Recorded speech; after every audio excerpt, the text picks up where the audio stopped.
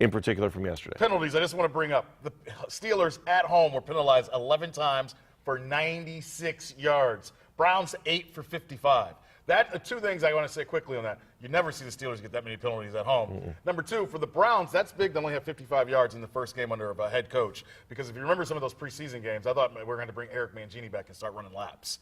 That was big, only 8 penalties for 55 yards yesterday. I think the other big thing that I learned about yesterday's game, and I say this every year because we sit there, we dissect preseason like it's nobody's business. When you're a bad team, that's what you do. Yes. You sit there and you go through every play of the preseason.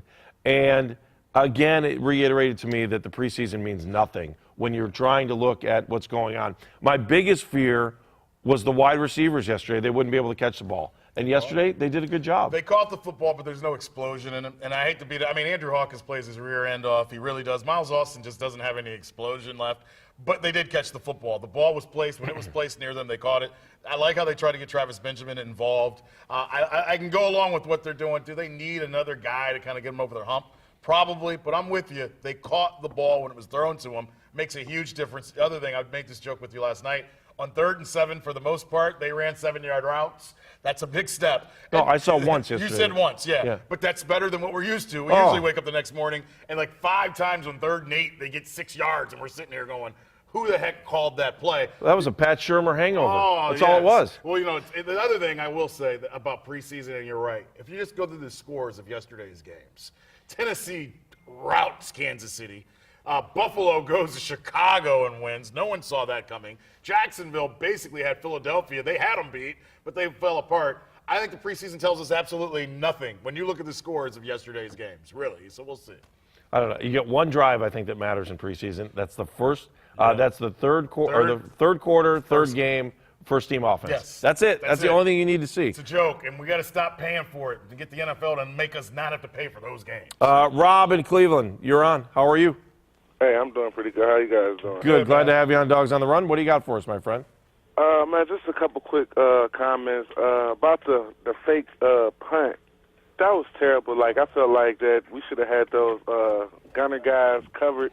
You know what I mean? You're right. All right, so here's my question. When Tim comes here, is that a hot read? That was a hot read. What happened, and I think it was on Justin Gilbert. What the Steelers come out in one of those funky, they spread everybody all out. Right. And they basically do it to make sure you match up. And then at the last second, they line up in a normal punt situation. Well, no one covered the guy that caught the football, and it's just a hot read. If nobody goes over there, snap the ball and throw it to him. That's a mental mistake that the Browns can't make. Nobody in front of that guy for like 10 yards. And then another thing, like, real quick, in the fourth quarter, like, when we stopped those guys and we had the ball on the 20, we did, I believe it was either a quick run play to to Townsend or the West, whatever running back did. We did a quick running play to him. The clock ran. They didn't call a timeout. Then the second play, we do a pass play to stop the clock. I think that was totally ridiculous. Like, if you're going to keep the clock running, you should have just ran the ball and make them burn their last timeout. They would have never got that timeout and never got that play in yesterday. Good job, Rob. Thank you. Appreciate it. Thanks for calling in Dogs on the Run. 216-431-3820 or Skype in at Dogs on the Run, DAWGS on the Run. Rob makes a great point. That fake punt by Pittsburgh changed the momentum of the game. Browns had them on their heels until that fake punt. Although for the first time in forever, I felt like it was the other team being desperate and not the Browns. Well, the Browns were desperate for the first 15 minutes of that quarter, but you're right. Their desperation put the Steelers in a desperate situation where they had no momentum. And I'm with Kenny Rhoda. I felt like, and I said this to you last night, I felt like the Steelers went into halftime. They were like, hey, man, we got a game on Thursday. We're going to run the clock out. This is the same old Browns. Little Bob Marley going. Yeah, they had Cheech and Chong. Some smoke put everybody in the corner. They took care of everybody. Lit the blunts, and everything was good to go. Although we got Josh Gordon, so I don't know how far you go. I got a shirt that I'm going to wear next week for Josh Gordon, by the way. What is it? The free Josh Gordon? Free Josh Gordon. GV Artwork has given me a bunch of T-shirts to wear for us. So today it was Metcalf, but he has a free Gordon. All right, we're going to go to Tim Couch here in a couple minutes, but I do want to go back and talk about this Josh Gordon situation. Especially with what's on TMZ right now. Can I bring that up? Yeah, go ahead. You can do it. TMZ right now has the Ray Rice video from Atlantic City with him and his fiancée at the time, his wife. It's one of the most disgusting things I've ever seen in my whole life. I don't know how the NFL, and I'm not one of those. How do you only get a 2-game suspension? Yeah, I'm not one of those. I'm not here fighting for Josh Gordon. Let me say that. Josh Gordon knew the rules. Josh Gordon has screwed up multiple times and put himself in the situation he's in. I'm not here to condone what's happened with him. Not that I agree with the rules, but the rules are the rules. There's rules everywhere we work. You got to follow them. But when a man hits a woman and knocks her out, and when you see this video on TMZ, Cold clocked her, hit her more than once too, hit her twice, hit her with a left, completely knocks her out. How a Baltimore Raven fan can stand up and cheer for Ray Rice this season, and how the NFL can show any face right now because they gave this guy a 2-game suspension. Whoa. It's a damn shame. It really is. How do you get this? He shouldn't play at all this season. Josh Gordon, look, he deserves a suspension. He's been told multiple times, you don't pass the drug test, third time, you're out for the whole season. But you shouldn't need a ruling. But it's not the third time, it's the 6th time. I know. Or whatever and it is. That's why I said I'm not one of those, it's apples and oranges when we talk about Josh Gordon.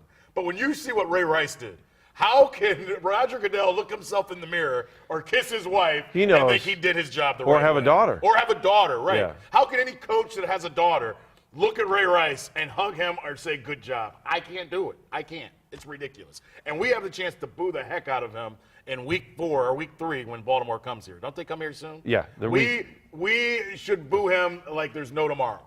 It's ridiculous. All right, but let's take this back to Josh Gordon. Okay. All right, so there's this. They're meeting again today, and if they decide, okay, we're going to up the particulates level of the marijuana in the urine, blah blah blah, up to even the Olympic standards. Now Josh Gordon finds himself being punished for something that's not punishable anymore. But it was punishable when he did it. I agree with you on that. But, I mean, it's almost like when I was 19 years old and they changed the drinking age here in Ohio. And you wait. But I got to. Did you get to drink? I got to drink, yes. Did you get to drink beforehand? Did you drink before that? Yeah, I was 19. It was 19. Beer was Right. 19. I turned 19, and I still got to drink beer. You just hit on something. But then it's 21. But at some point in time, I want Josh Gordon to flourish. I want him to be as great as he should be. But you hit on something already. This is about the 6th or 7th time that Josh has been told, don't do this, and he's done it. Yeah, the rules are going to change. I get it. But do you think Josh Gordon has become a better person if they allow him right back on the field? Do you think he's learned a lesson? And what is he going to learn a lesson from? And trust me, I want him on the field, and don't give me all this other stuff. They won 4 games with him on the field last year. It's not like he's a great player, but he didn't really change anything last season. All right, let me ask you this. Did they win yesterday if Josh Gordon's on this team? No.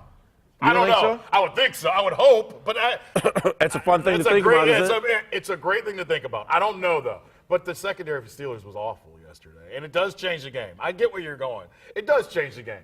But I just think the whole Josh Gordon thing, and remember this, nobody knows exactly what's going to happen when they change the drug rules. Right. And the NFL, from what I've gathered talking to people, they're not that thrilled that Drew Rosenhaus and Josh Gordon's people kind of put all the NFL's business out on the table before they suspended him. They may still make him sit 6-7 games once this is all said and done. Just remember that. For what, though? How do you do that? I mean, so now you're saying, but if you change the rules, yes. Okay, and now he's guilty of something that's no longer guilty. Was he guilty when the rules were in place? Yeah, but you know what? Was he? Yes. There's yes, a story. he was. There's a story that there was a young man who had a full ride scholarship to a Division I football school. Yes. He was 18, and the girl he was dating was 17. 17, yeah. And the father didn't like what was going on, and he ended up going to prison for it. You know what I'm talking about? Kids Dixon, I think he played in the NFL for a little while. Yeah, okay, so now he ends up going to prison. Right. Because he was 18 and she was 17. In the meantime, the state legislature changed the Georgia, law. Right? Yes. Changes the law. So now he's in prison for a crime that isn't a crime anymore. And for some reason, that story keeps going through my head. So they let him out of prison because they were right. Okay. Yeah, how can something be punishable at this point and not at that point? And then you're gonna make it's on Josh. I'm never gonna stop. Right. I'll talk about Utah. I'll talk about Baylor. Yes. I mean, he got caught there. How many times before did he get caught? And he just got a DUI like 3 weeks ago. Right. And I know it's been a couple months. Let me ask you this, and I can end it on this. I want him on the field, and I want him to be better. Do you think Josh Gordon has a problem? Absolutely, he's got a problem. Okay. But his problem may not just be him. It's his circle of influence that's around him. You're right. He has got to get away from the circle of influence. He's got to get away from his brothers, his friends. He needs to put good people around him. He is I know Josh. He is a good kid. He's into art. He can play the piano. He's not this bad character. He makes some terrible decisions, though. And when you make you're a father. When you make terrible decisions in life, this is what happens. I get it. The rules suck. Let's be honest. The drug policy stinks. They know that their players smoke marijuana. I would say 75, 80% of the NFL smokes, and they know when the drug tests are coming. How did they not get busted, though? Why is Josh getting busted? And that's why I go back to. Does that make Josh even dumber? If everybody else is doing it and they know how to beat it, and Josh doesn't, that's how some people know. And then he gets it on secondhand smoke, allegedly. That's not even realistic, by the way. And did you read the last article? To me, the article we had in ESPN last week, he goes, I don't think I've smoked since college.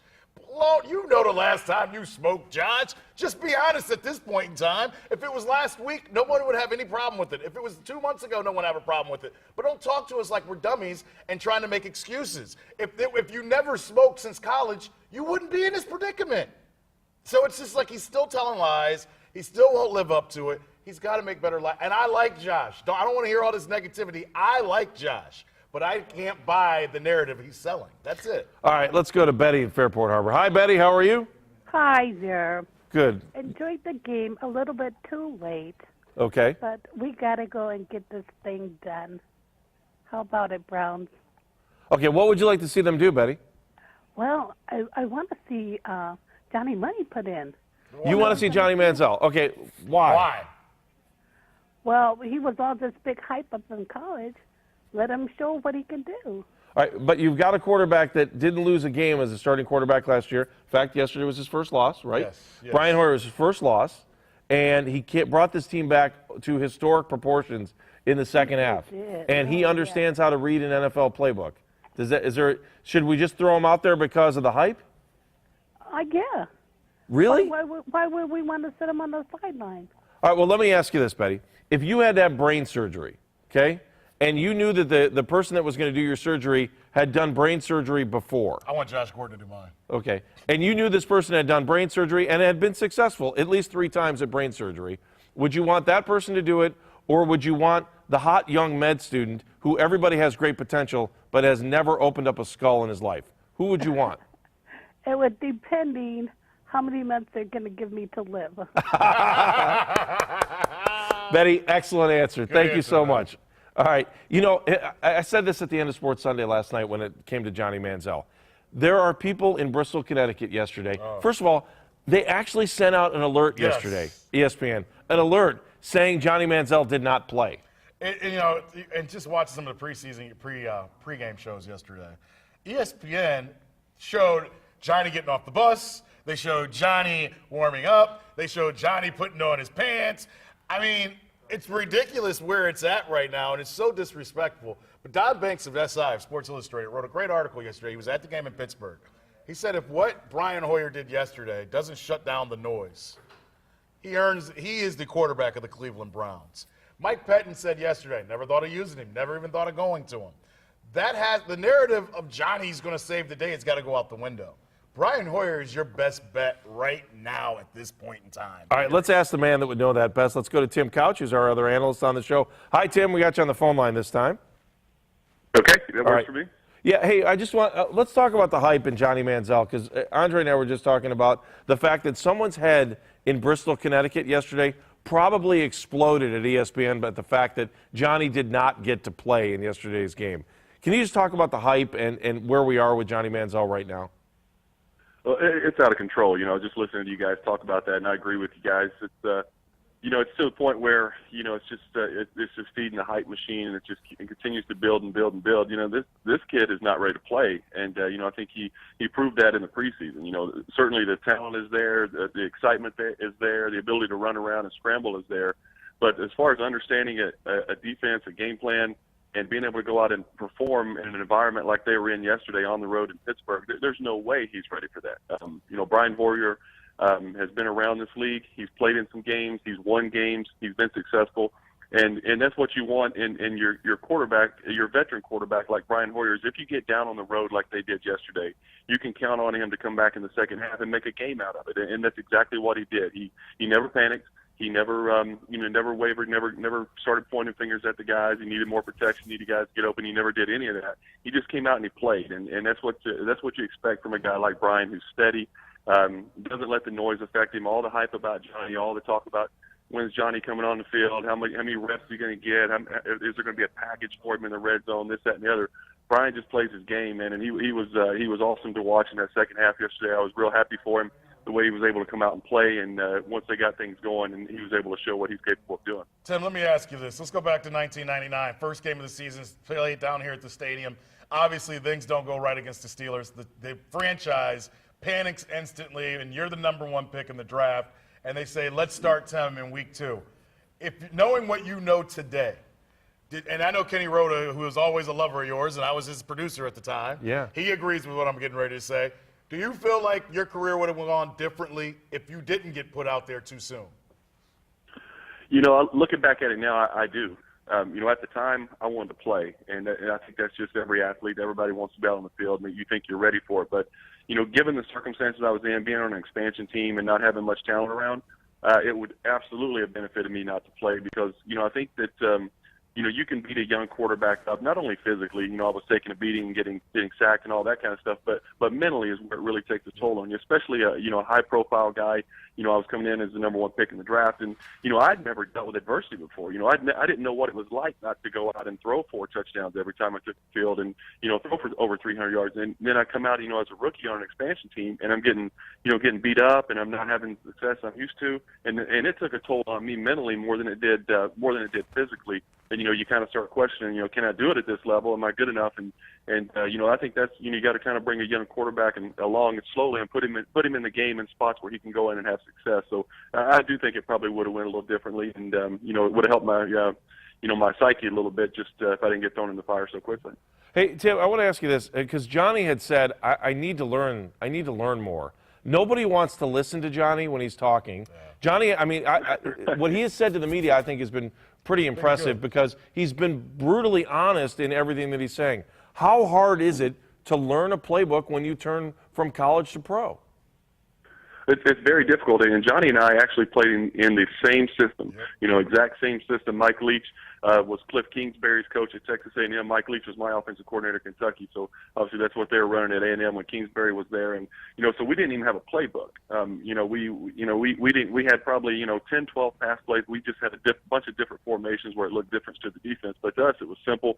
You know, didn't huddle much, and everything was hand signals, and we knew exactly what we were doing. But you get to the NFL, and it's understanding all this huge playbook, and you know, the biggest thing is understanding protections, how to protect yourself. Because the offense Johnny played in college, everything was kind of built in. You know, all the side adjustments, all the hots. There was always a route where you could get rid of the football quickly as an outlet if they blitzed or whatever. Now in the NFL, he's having to pick up, you know, slide protections and, you know, change the mic, you know, slide over to get a safety blitz in or whatever it may be to get himself picked up. And those things are difficult to learn. At the same time, you're trying to learn the pass routes and, you know, your footwork on running plays and all this kind of stuff. And, you know, and it's and also understanding what the defense is trying to do too. So there's so much that goes into playing quarterback in this league as a young guy, and Johnny's just not there yet. And you know, it shouldn't be. You know, it's a big adjustment for a young rookie quarterback.